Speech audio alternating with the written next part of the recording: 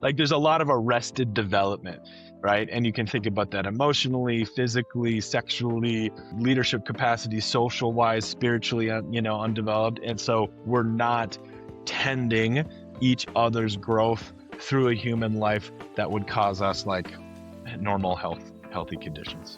Big And answer. there's a But vicious cycle there, isn't there? Right, where isolation breeds more isolation, and immaturity breeds more immaturity.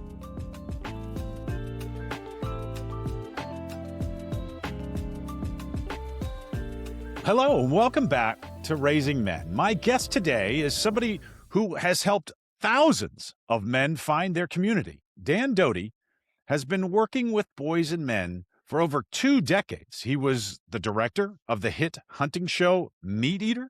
He's one of the founders of Everyman and Fatherhood Unlocked, and works as a leadership coach to leaders and teams all over the world. He's currently building a platform to train men to initiate each other and the next generation of boys. Dan, thank you, and welcome to Raising Men. hey, Shaun, glad to be here, man. Yeah, let's get right into it. I am of the opinion that initiation rites are tremendously important, and yet the institutions that used to do that for us have disappeared. But you're kind of on a mission to fix that, aren't you? Tell me about that. Yeah, it might be a little bit inaccurate to say on a mission to fix that. Fair But enough. what I am on a mission to do is to educate and sort of reframe the conversation in our culture about what our boys need and about what our men need, like point blank. And part of what we need uh, are structures, experiences, communities, and support that can serve the same functions as what traditional rites of passage would have done. So Mhm. I'm not on a mission to sort of bring back the exact thing that we used to do or try to implant something from 300 years ago into the Yeah. present.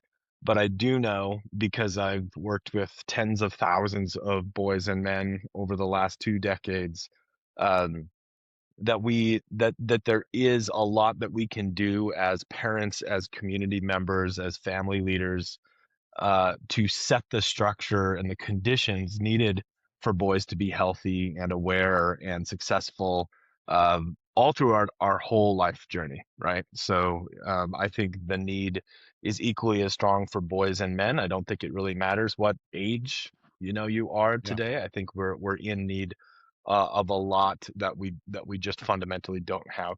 And I do think that losing the institutions maybe of the church and Boy Scouts and other things has you know a part to play here.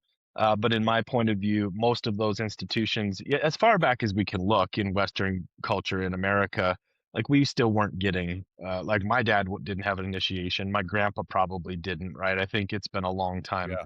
Um, and it is obviously location dependent and culture dependent, but it's something that we've lost really, mostly starting with agricultural and industrial revolution times, right? So we've just been slowly eroding the core community conditions that we need to be healthy for a very, very long time, and I think that we can do something about that.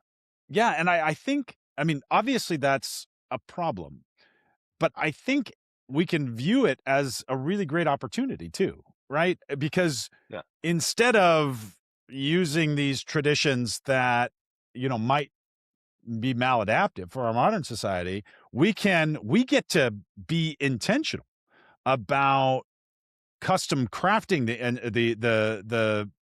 the process for ourselves. And so what does that look like in your view? Yeah, well, I mean, where this all started for me, I was a stupid 21-year-old kid who was out of college with no real plans and no path forward, and I was just wandering and being an artist and a traveler and an adventurer, and I needed some cash, so I needed a job, and I found myself getting a job as a wilderness therapy guide in Utah. This is 21 Wow. years ago now, right? And Yeah. And so I didn't even know this industry existed. I didn't know this job. I'd never heard of this in my entire life, but I saw an ad that said, "Hey, do you want to like build a backpack out of sticks and elk hide and hike out into the wilderness for, 13 days at a time with a group of kids?" And I'm like, "Yeah, fuck yeah, I do. Like, absolutely, right?" That And sounds so great, actually.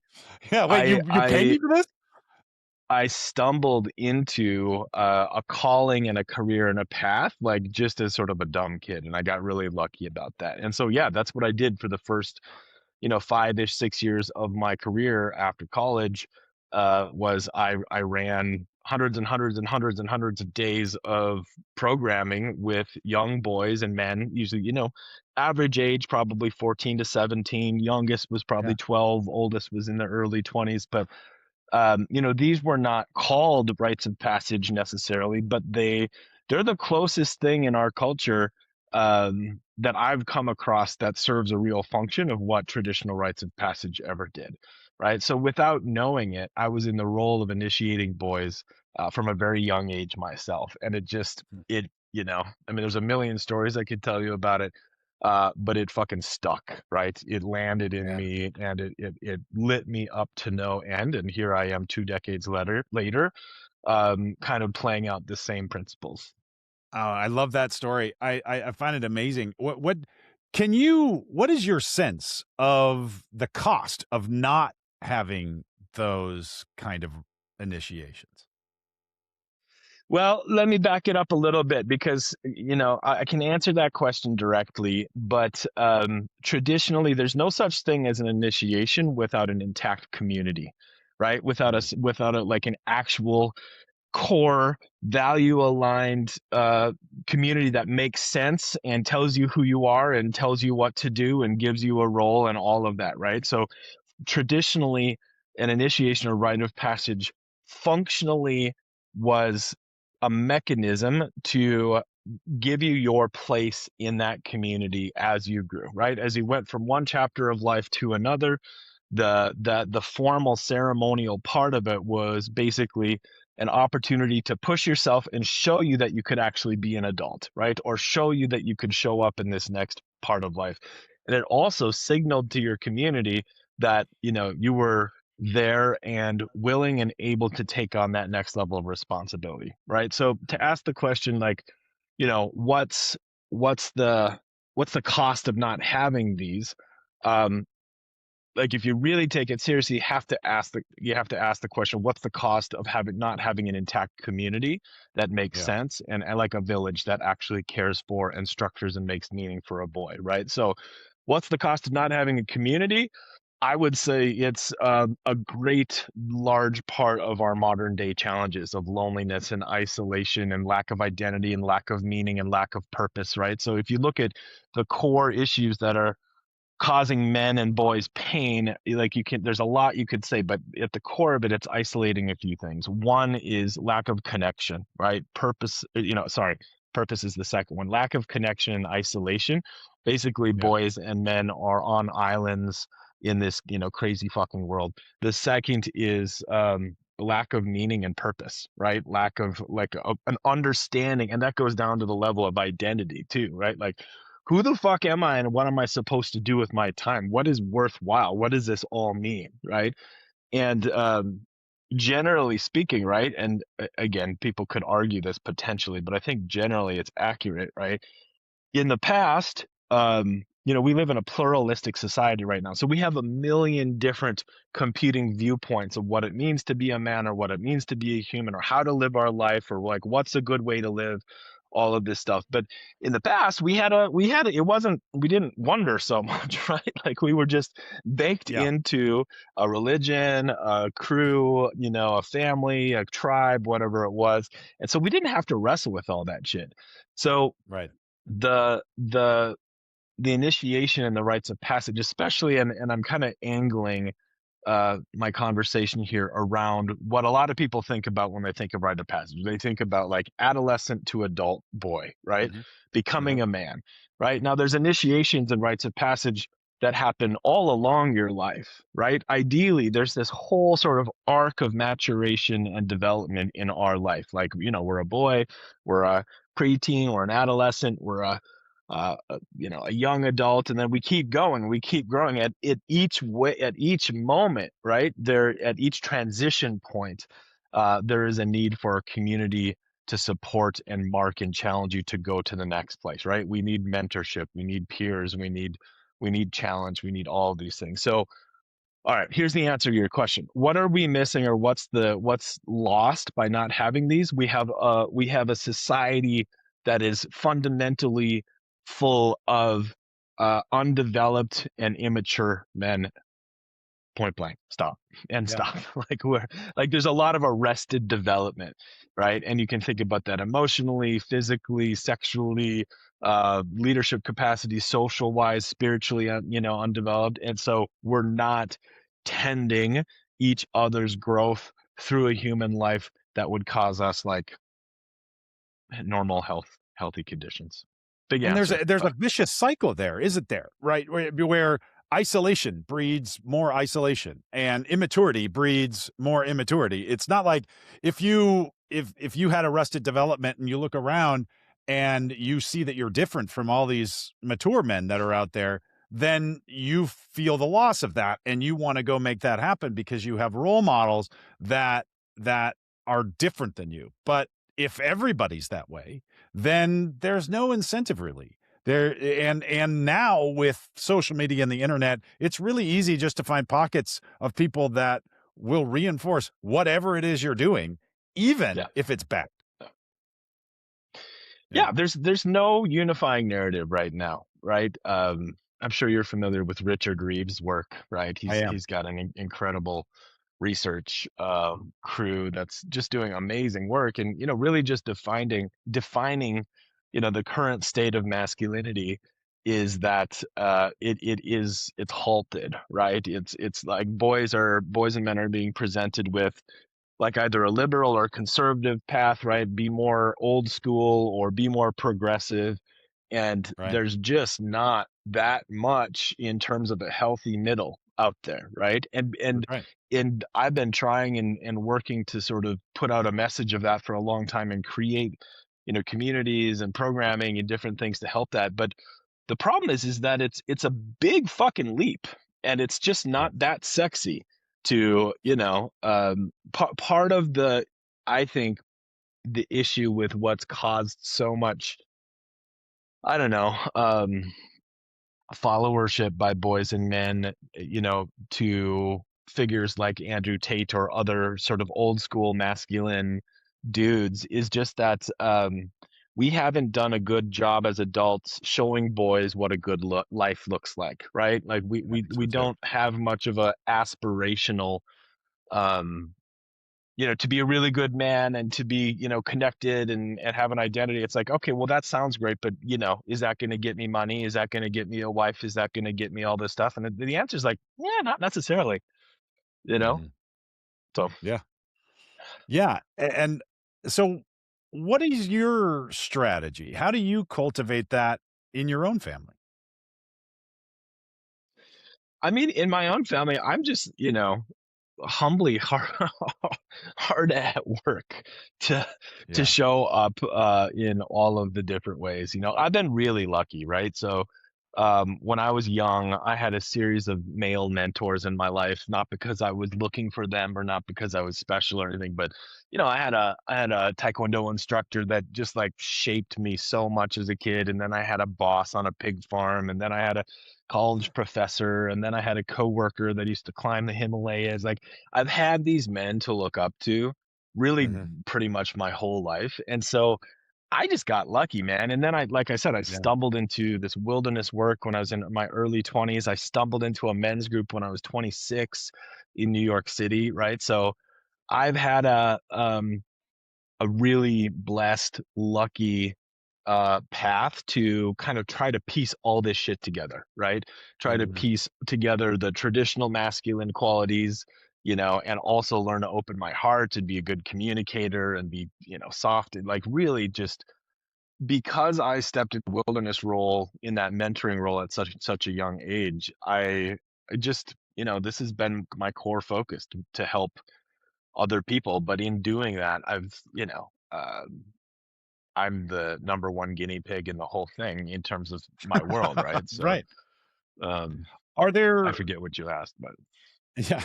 Are there drawbacks to the initiation stuff? Is there, I mean, are there caveats to watch out for? What happens I when it mean, goes wrong? well, yeah, dependent. Yeah, sure. I mean, there could be really shitty initiations. There could be really shitty initiators. There could be people who Yeah. are, on a wrong track, and there might be, people out there for what I'm doing is on the wrong track for sure. Yeah. Um, this is the kind of stuff that can easily veer into trying to imprint a certain sort of values on other people, or so I think, for people thinking about this, whether it's for yourself, if you want to, join a men's community or men's retreat or something for your son, or get support for your family, or whatever it is, you got to do your fucking homework. You got to really pay attention to the people that you're going to be working with and find out what the values are. Um, Yeah. so yeah, what could go wrong? I mean, again, there's just it's I, I, I apologize. I know that I'm kind of like complicating your questions, but I Not at just all. think Not at there's all. there's no singular thing that we're talking about, right? So like, what can go wrong in an initiation? Like an initiation could be 1,000 different things, right? So the ones like a year ago, um, I did an adolescent initiation weekend for boys who were like 12 to 14, right? So boys just on the cusp of going through puberty. And what we did Yeah. is we had their fathers or their uncles, so a boy and then an adult, come in together.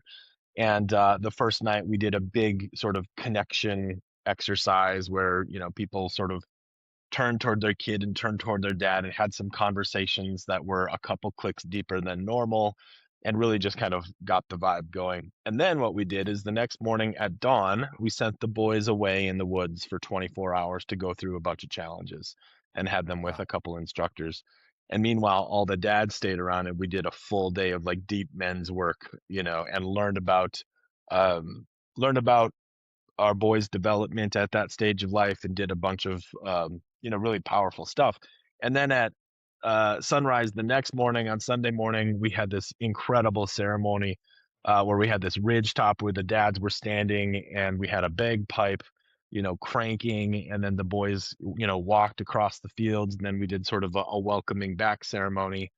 It was fucking beautiful, right? And I played some games, Yeah. and anyway, so if that is the most, again, I would imagine most people thinking about this, if you're thinking about initiation rites of passage, you're thinking about boys about that age, about to cross over into manhood. And that's just to put that example out there. That was, my attempt at offering something for that moment in a boy's life, Mhm. that was healthy and helpful and meaningful. Right. So just to put that on the board as an example of what it could actually look like today. Sign me up, man. I want to do that. I want to do that now. That sounds amazing. And now, what if, I never had any of that. I never had any real initiation. I never had any rites of passage. It's but I mean, is it too late for me? What does someone in my situation have to think about there? Yeah, no, no, the good news is, it's not too late, right? I mean, these aspects of ourselves can be initiated or, tended to at any stage of the journey. And that's actually a really good question, right? Because that's so I'm sitting here, right now, enrolling men for a 6-month training to give them the tools to be able to initiate the next generation, right? So part of my where my 2-decade career is headed, and really what I plan to be doing for the next 2 decades, is to train a small army of men that can go out and do this work with people in their community, right? That's where this is heading for me. But your question is so poignant because, um, in order to be an initiator, you damn well have better been initiated, right? Like, Absolutely. we have the blind leading the blind, and but here's the thing: you're not alone, right? So like, like I got lucky and had mentors and, I don't know, had different versions of being initiated along the way, but I never had a formal initiation. I never had any kind of rite of passage that was, anything that had intention behind it. So you are the norm. This is the norm, right? So, Yeah. and that's why there's you mentioned in the intro, right? So I was one of the co-founders and kind of really like the creative um I don't know, like spark of a organization called Everyman. And we did a very specific thing. We brought men together in order to model and show how to unlock all of our repressed emotions and feelings and actually like be alive in that way. It was super, Yeah. super effective. It was super powerful. Um and so there's the reason I bring that up is that for a man to get to that place of being an initiator, of being able to like, okay, I feel good about helping these boys become men, or I feel good about helping these men sort of, feel their masculinity a deeper way. Yeah, there's some shit you got to do. Right? There's some shit you got to work on, and you don't necessarily have to master it. You don't have to like, um, I don't know, you don't have to be Yoda before you do it, but Yeah. It's a practice. that's You get why better with it it's over a time. practice, right? And that's Yeah. why, men's groups and men's retreats and these things, they're not all explicitly aiming for that, but it's part of it, right? There's just um,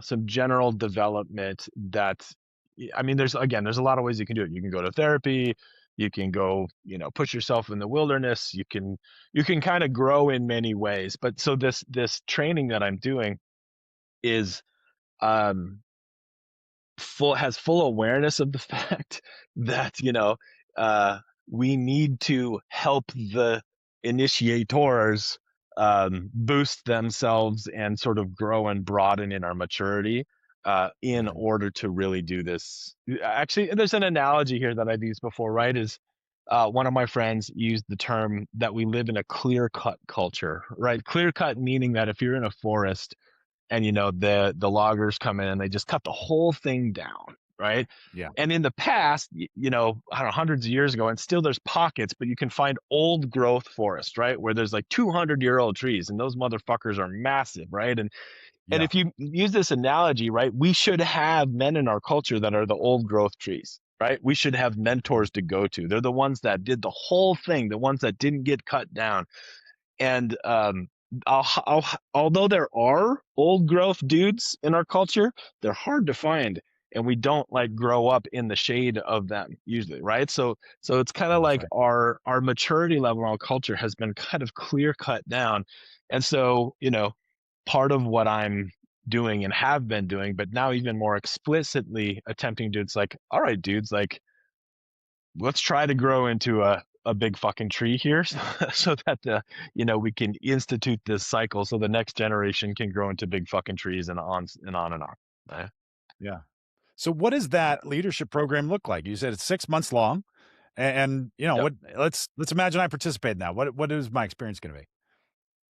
Yeah. So it starts with a 4-day retreat in Texas on a ranch. The first 2 days are just like a 2-day men's retreat that's open to the public, so there'll be other men there. But I'm going to be running an initiation. So any man at any age will come in and we'll just go through the process for 2 nights plus and just be guided into a real process to clarify like what's the last chapter of life that I was in and what's the next chapter I'm heading into, and together collectively kind of supporting everybody to, I don't know, complete what needs to be completed and step into the phase of life that's actually present now, right? So that's a Mm. just a general overview. That'll look like going out in the woods. That'll look like challenging each other to be honest. It'll look like um a lot of different things. And then the actual training starts. So the men in the training will stay for 2 more nights in Texas, and I'm just gonna give like a hardcore basic training on how to facilitate men and boys. Right? We're gonna start with the basics, and we're gonna train a lot.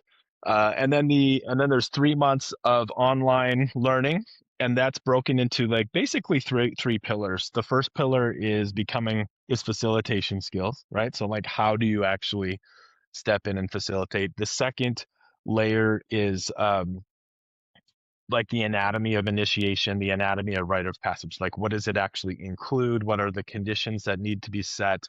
What does it look like? And then the third layer is male development from birth to death, right? Like, what are the phases of life, and what Mm. are the transition points along there that need attention and initiation and support, right? And then you put those three layers together, you're going to learn how to facilitate. You're going to learn like the backdrop of a man's life and how progression happens, and then how to set the conditions to help men through each phase of life. And then I'm going to teach a lot of that through case studies, right? So I've worked with thousands of dudes of all ages, and I come in and like, here was a 16-year-old who was, suicidal and didn't believe in himself, and here he is 3 years later thriving in like a major top 10 school. Like, what happened? How did you do that, right? Here's a 51-year-old who just had his second family, and had a new son and wanted to do life completely different, and here he is now 12 months later, just like fucking thriving. Like, what was the rite of passage? What was the process? So anyway, we're going to look at a lot of parts of life. Um, and then there's a second retreat in Colorado in May. And that's going to be in the mountains. And we're just going to kind of do a workshop where everybody in the training is going to lead some stuff and get some feedback and guide some things. Sorry, this is long, but the last part is a 3-month practicum where everybody's going to choose a project, whether it's to start a men's group or lead an initiation for their son, or blah blah, whatever fits for them. That's the training. That's what we're doing, and I That's want to do this fantastic. for the next 20 years of my life. Yeah. Tell me about now. I know I see how you became passionate about this. You sort of lucked into it, right? You're rather aimless, and you lucked into figuring out that this was so impactful for you, and you want to bring that to the rest of the world. How has this kind of practice and this mentality and this work that you've been doing over the last 20 years, how has it how has it redound to your own benefit? What do you how has it benefited you personally? Yeah, I guess the first thing I would say is I know who I am, and I have Yeah. for a long time. I haven't been walking around wondering, who I am actually and what I'm supposed to do, right? Like, I think it's funny sometimes I complain about the weight of having such a clear mission, right? Yeah. Um, it's a lot to hold. Sometimes those, Jesus, could I have just been a corporate dude and not cared so much? You just It's go to it's work been every it's day, 9 to 5, and go home at the yeah, end of the day. Right. yeah. No, I've been lit on fire with this for a very long time, and Yeah. I think maybe one of the major benefits is that the men in my life, my closest friends, my colleagues, like, um, we fucking know each other and see each other. There's no holding back. There's no hiding. I don't have any half-assed friendships. I don't have any places where I have to hold myself back. Yeah. Um, it's helped me as a father insanely, right? Like, But there is just sort of I mean, I do plenty of things wrong as a dad, just like everybody does. There's no absolutely. fucking no pedestal here. However, I know how to be present with my kids without any stress, right? Like, there's an ease of general human relating, that has come from all of this practice, and I think the last thing I would say is, I think this is an important topic too, is sort of like the integration of traditional masculinity and, more heart-based Right. ways of being. I believe that I kind of stumbled into that as well, right? Like, I grew up I was a football captain, and I have guns, and I've been a lifelong hunter, and I'm a wilderness guide, and so, like, there's this hardcore old school masculine aspect that's a very clear part of who I am. And I've uh, I think one way to talk about my professional life is that men cry around me all the time. So, like, there's a both Part of your ends of the job is getting spectrum. men to cry.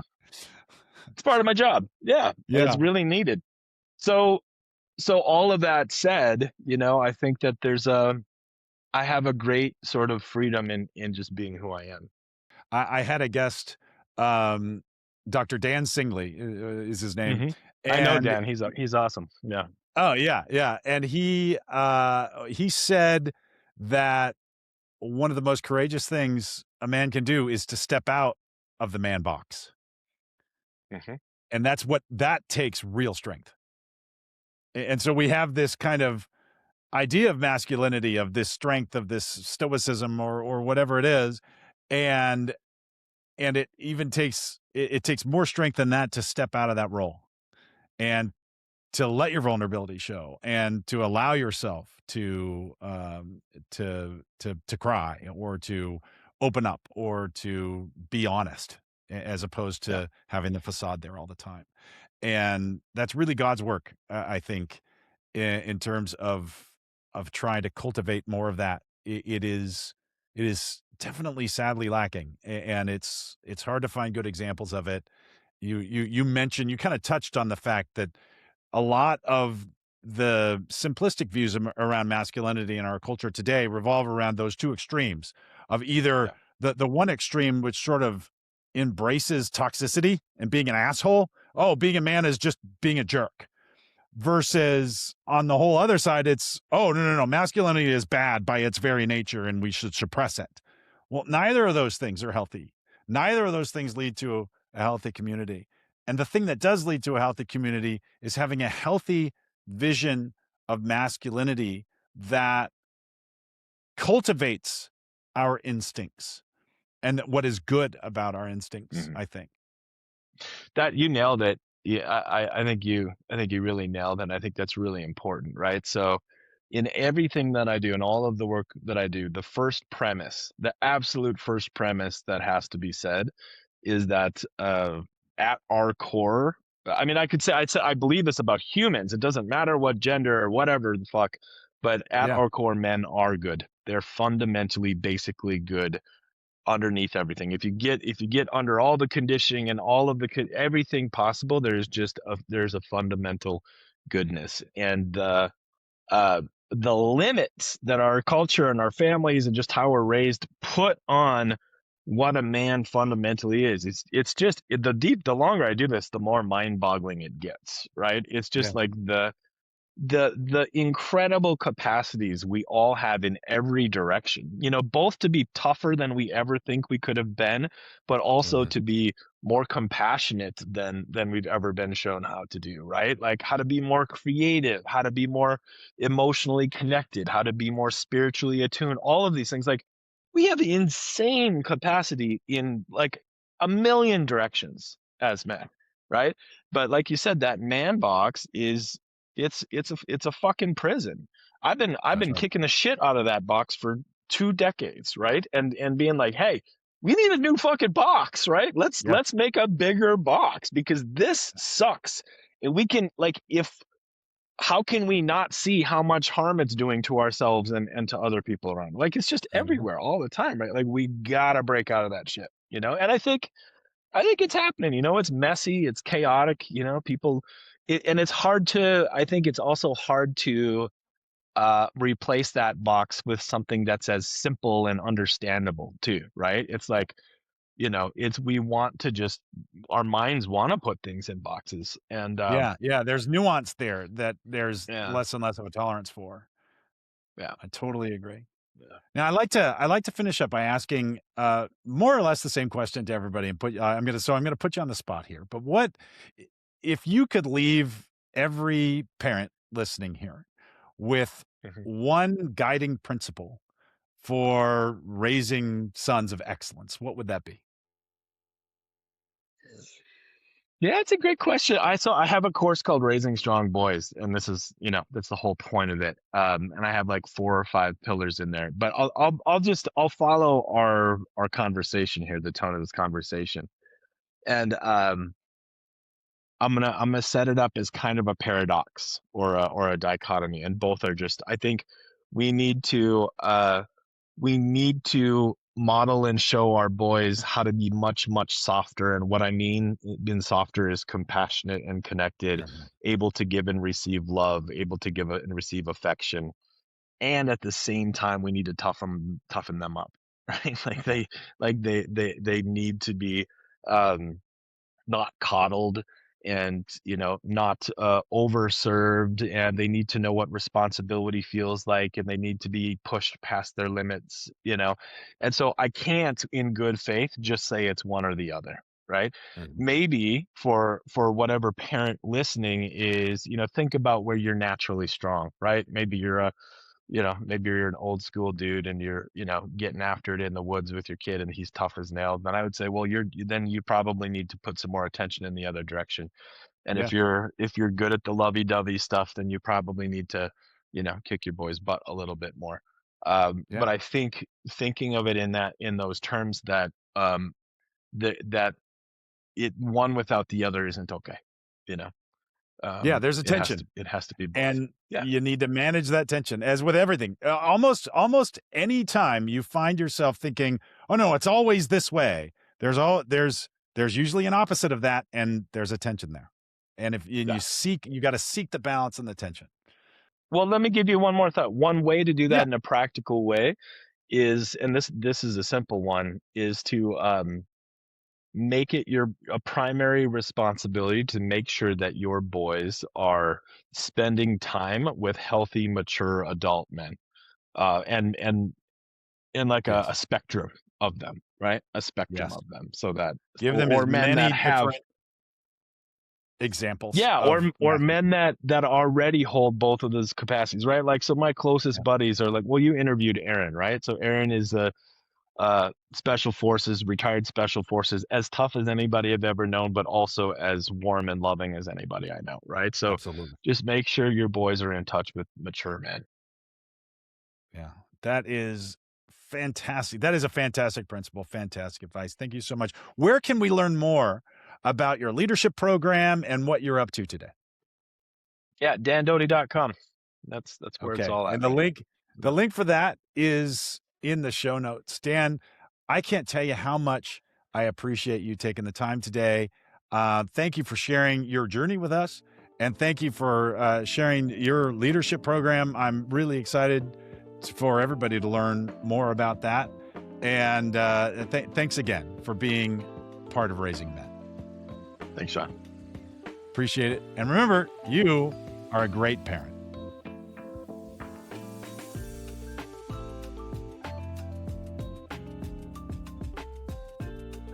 Raising Men is produced by Phil Hernandez. This episode was edited by Ralph Tolentino.